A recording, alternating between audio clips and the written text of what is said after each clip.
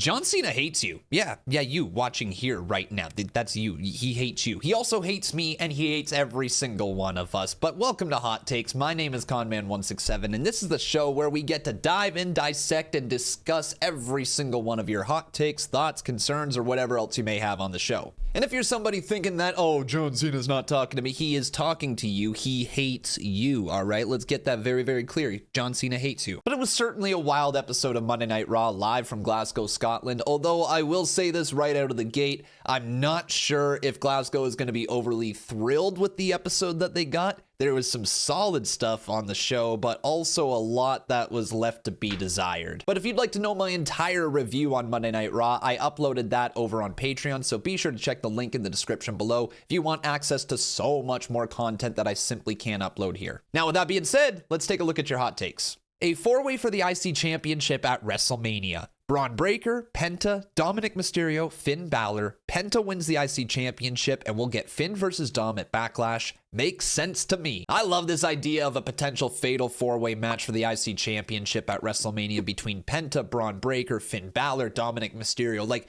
the dynamics between those four could be excellent in the ring, and there's enough story behind it as well to make sense for a WrestleMania match. For seemingly months now, it's been Dominic Mysterio and Finn Balor not really seeing eye to eye as a split in the Judgment Day has begun, and now Dominic Mysterio is out here recruiting people, or at least trying to recruit people like Penta. Penta kicked Dominic Mysterio in the face to say, no, I don't want to join the Judgment Day, and Braun Breaker's just a badass champion. That dynamic right there sounds like a Mania match. And this fatal four-way could be an excellent way to dissolve the relationship between Dom and Finn. Imagine if they go into the match not completely on the same page, but they are going to work together, as many multi-man matches do. There's eventually going to be a part of the match where it's just like, they're not really getting along now, and now they're fighting. That could be the end of the relationship between Finn and Dom, and it could lead to a future PLE, like this person suggested, maybe even at Backlash. And then that seemingly could be the end of the Judgment Day as we know it. I don't know if we're going to get Street Trash version 3 or something along those lines, but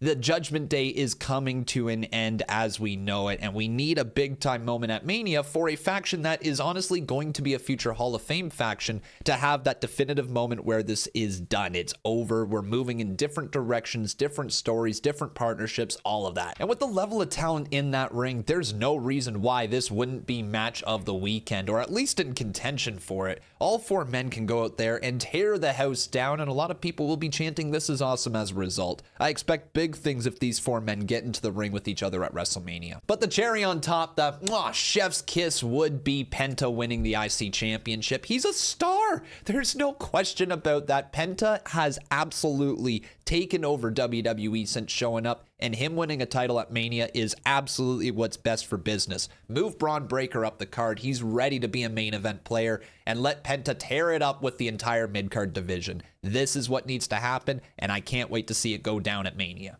Drew not being advertised for this week's episode of Raw was a travesty. I completely understand that Drew has a feud going on with Damian on SmackDown, but a part of me really wanted to see Drew on Raw. I wonder how the live crowd in Scotland felt about this episode of Raw, because for everyone watching at home, it was an all-right episode. Some storylines moved forward. We added some new dynamics for some matches that were already existing at WrestleMania, and then a lot of things were also just kind of there. But for the live paying crowd that doesn't get a live show that often, that was probably a letdown, wasn't it? I mean, anytime that you have a main event title match, there is a possibility that there could be a disqualification finish, but like when you don't get a show that often, is that really the way that you want to leave the crowd? Like, I know that there was a dark match afterwards and people probably went home happy from that, but the actual TV show ended with a DQ for a crowd that doesn't get shows that often. Like, that kind of sucks. And I bet you those tickets weren't cheap either. And for us to not even get a Drew McIntyre, who is from Scotland, in Scotland, I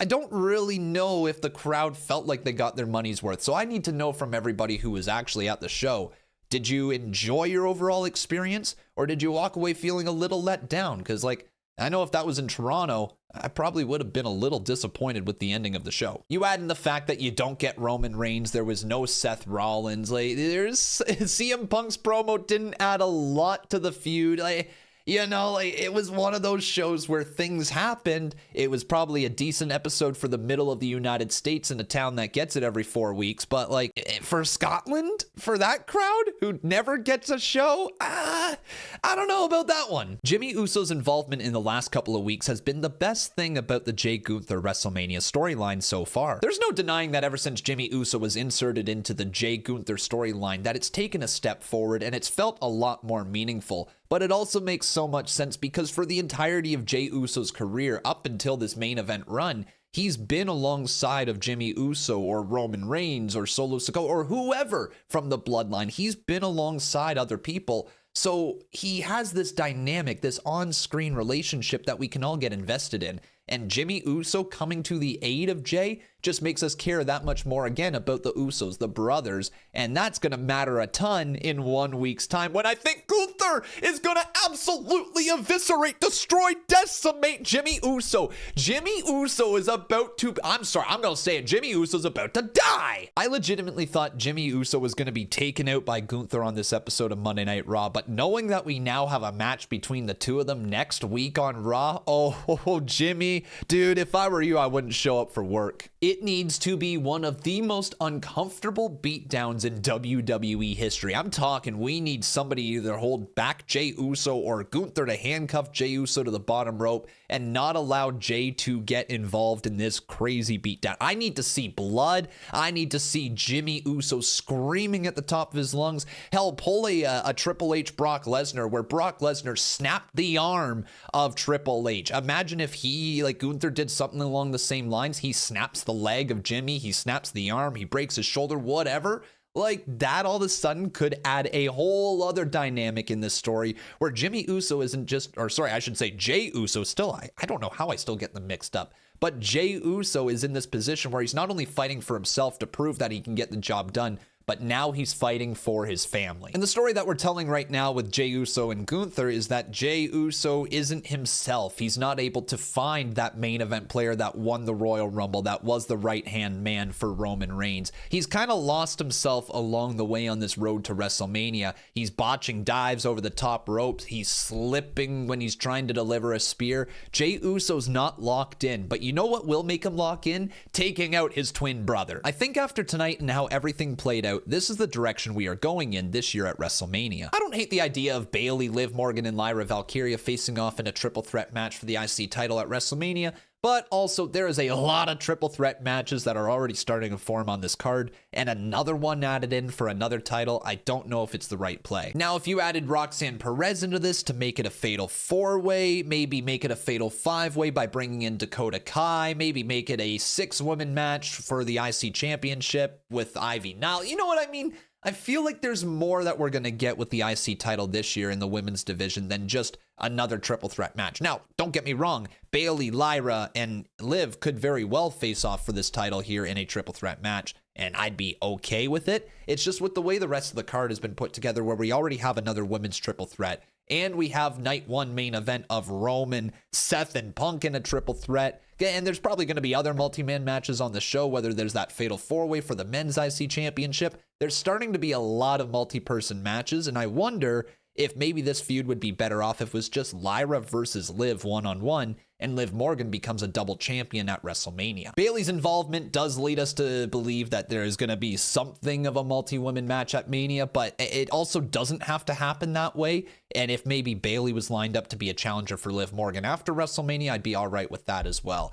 But let me know, what do you think is going to go on with this women's IC championship match? Is it going to be a 3-way, 4-way, fatal 5-way, 6-person match? Are we going to get up to 8 women? Is it going to be a ladder match? There's so many possibilities.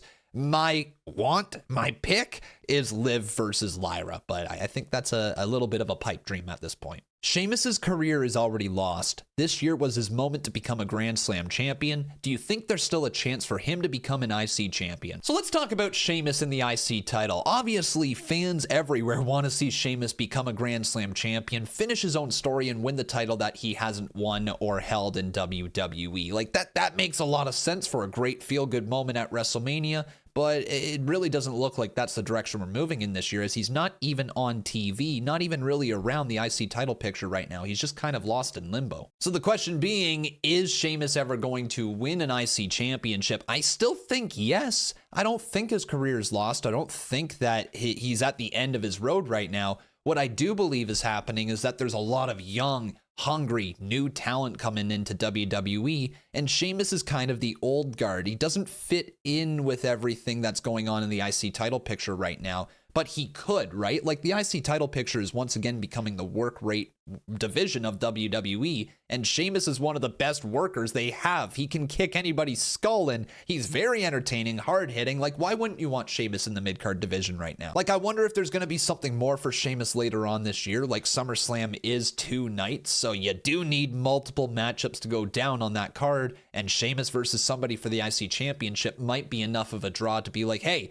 we could see Sheamus win his Grand Slam Championship right here if we go to SummerSlam, so maybe we'll buy a ticket. As opposed to WrestleMania, I don't know if Sheamus going after the IC Championship this year sells any more tickets, if you want to look at it that way. But if this is a multi-person match at WrestleMania, if we are going in the direction of a fatal 4-way, a fatal 5-way, 6, 7, 8 men for the men's IC Championship, then Sheamus should be a part of it. If it's going to be just a straight up fatal 4-way, I don't know where Sheamus fits into this year's WrestleMania card, which is a damn shame, by the way. We are 3 weeks before WrestleMania, and the hype is not there at all. Disappointed. I can understand why some people would be disappointed with this build to WrestleMania, but I also want to say this, we're a month out. There's still a lot of TV time, a lot of opportunity, and a lot of chances to move stories forward over the next month. Like, I'm trying to remember where we were last year around this time on the road to WrestleMania, and I don't think everything was finalized on the card yet. I think it was just focusing on the top of the card, if I'm not mistaken, and all the controversy that was going around Rock returning.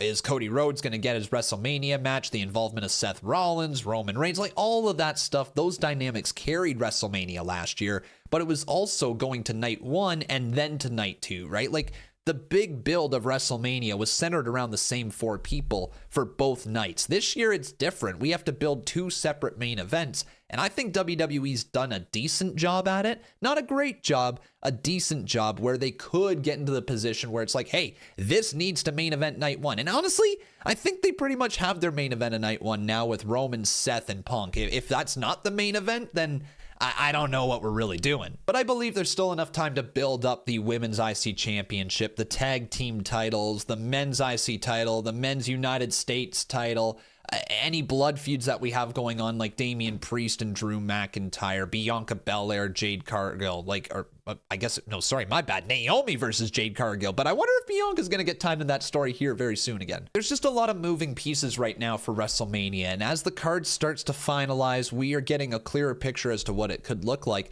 and I don't think it's going to be disappointing this year. I actually have high hopes for WrestleMania 41, even with a bit of a lackluster build with some of the feuds. But again, I go back to we have another month, right? And you can get a lot of stuff done in a month's time. So I'm not too worried, but I also can sympathize why some people are concerned with this build to WrestleMania. So let me know. Are you interested in what's going on? Are you invested? What will make this year's WrestleMania feel better for you? Let me know in the comments. It sounded like the fans were booing Bianca and cheering for Io and Rhea more. I don't know, but it seems to me that Bianca might actually be the heel in this story. Dude, Bianca Belair has been showing some heel tendencies for the better part of 6 months now. It's been a slow burn heel turn for her, and I don't think we're at all done with the whole Naomi, Jade Cargill, and Bianca Belair storyline. There's a lot more to come with that. A key part of that story is that Jade Cargill didn't actually see who attacked her. She said she saw Naomi walking away, and that's why she went after Naomi. But I wonder if there's more. Like, did Jade Cargill get attacked by both Bianca and Naomi? And Naomi is taking the fall for her? Like, that could be a decent turn. But in terms of the Io, Bianca, and Rhea storyline going on, there does need to be a heel in that. And a lot of people are pointing their eyes at Rhea Ripley right now, saying that she's more of the heel in the story because she's gone out there and signed the contract. She's been disrespectful. She's not in the match officially, yet she continues to whine and bitch and moan until she gets that match. You know what I mean? Like, people are looking at Rhea Ripley as more of a heel. I'm looking at her more as a tweener, and I'm looking at the way Bianca Belair is holding herself as more of the heel in this storyline. Like, Bianca's holding herself as she's somebody who's better than the rest, okay? She's the EST. She is the best, and she won her way to WrestleMania by winning the Elimination Chamber. She doesn't think Rhea Ripley belongs in that match because she lost her title on Monday Night Raw to Io Sky, the person who Bianca Belair is set to face at WrestleMania. But now Rhea Ripley wants to cash in a rematch clause, and I didn't think rematch clauses existed, and if they do, then isn't Liv Morgan owed one? But Rhea now wants to cash in a rematch clause at WrestleMania. Io Sky's like, oh my god, I'll fight both of you, and Bianca's like, I only want to fight one, and I want to fight the person who I think I can beat easier, and that's Io Sky. That's why Bianca's been so disrespectful to the champion. But Bianca's not going to get what she wants, and with her being the special guest referee next week on Monday Night Raw, there's bound to be some sort of shenanigans, and I think we do get that triple threat at Mania. And Bianca Belair potentially winning the title at WrestleMania, maybe even cheating to do so, would complete the heel turn in my eyes, especially if something happens with Jade Cargill and Naomi later on in the evening or on the next day. There's going to be something more there, but Bianca Belair walking out as champion, there's certainly a possibility that that happens, and there's also a possibility she goes full-blown heel after Mania. I feel like they aren't going all out with CENA and Cody. Something is missing, but I'm not sure what. If there's anything missing from the build with CENA and Cody at WrestleMania 41, it's the involvement of The Rock. If you remember back at Elimination Chamber, this whole heel turn from John Cena begun with The Rock wanting Cody Rhodes' soul. And when Cody said no, it was Cena who was the one who sold his soul to The Rock. We were all expecting this new corporate John Cena to come out, and instead we just got the exact same John Cena that we've had for the last 20 years, and that's more than fine with me. But where we need to elaborate on is, why did John Cena truly take The Rock's offer? What did The Rock say? Was he like, I will introduce you to all these top Hollywood actors. I will introduce you to all these directors. I'll get you in with my agent. He's the best in the business, and he can get you any job you could possibly ever want. John, your time is coming up in pro wrestling. This is your last year. It's time to look beyond the ring. It's time to look onto the silver screen. Where do you see yourself in 5 years? Do you see yourself in the same position, or do you see yourself in my position? John, I want you to have my position. I want you to be the next Rock. That's a pretty good offer. If John Cena decided to take that, I could understand. But in his eyes, he took that offer because of us fans. He is all of a sudden believing that it is us who were horrible to him for 25 years, which honestly he is right about. But he said, F the kids that I did all the Make-A-Wishes for. F everybody who's bought my merch. I don't care about you anymore because Dwayne's going to hook me up with some Hollywood A-list celebrity. That's what's missing from this feud if there's anything. We need the explanation as to what Dwayne said to John Cena to get him to turn. Because I don't believe for a second that John Cena woke up one day and decided all on his own that us fans were horrible. The fans that, pushed him to the very, very top of the WWE, that were loud for him every single time that he went out there, that made him a multi-millionaire by buying all of his merchandise. I don't believe for a second that he truly despises every single fan, but I do believe that Rock has gotten into his head and made him think that he despises every single fan out there. What I am hoping for from this John Cena storyline is, by the end of the year, if he does win this title from Cody Rhodes at WrestleMania, that it is CM Punk who is the man who faces John Cena in his final match before leaving, and it is CM Punk who saves John Cena. I would love to see CM Punk be the man who takes the title from John at the end of the year before John Cena goes off into the sunset, being the last ever WWE champion. It'd almost be a callback to their epic match at Money in the Bank in 2011, where CM Punk walked out with the WWE championship. But can you imagine the feel-good moment if CM Punk saves Cena's soul? Can you imagine if at the very end of it all, after John Cena loses the title to CM Punk at the very end of the year in his last match before leaving WWE, imagine if Punk and Cena hug?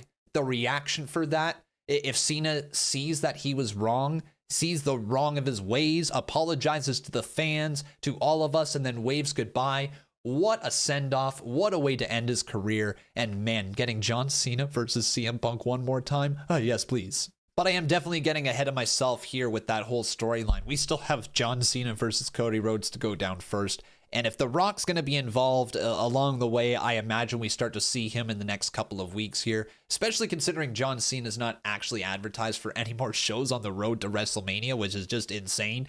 So we're bound to get something with The Rock, I imagine. There's just too many unanswered questions right now. We need answers, man. But those are your hot takes. Let me know any others that you have down in the comment section below. And if you'd like to submit your hot takes in the future, be sure to follow me over on X at conman167. And if you also want my entire review for Monday Night Raw and Friday Night SmackDown, along with the Lucha Underground series watch along, the main event series watch along, our match club, and so much more, be sure to check out my Patreon, link in the description below. But thanks for watching, everyone. Make sure you leave that like, make sure you subscribe to all that great stuff, and we'll see you tomorrow.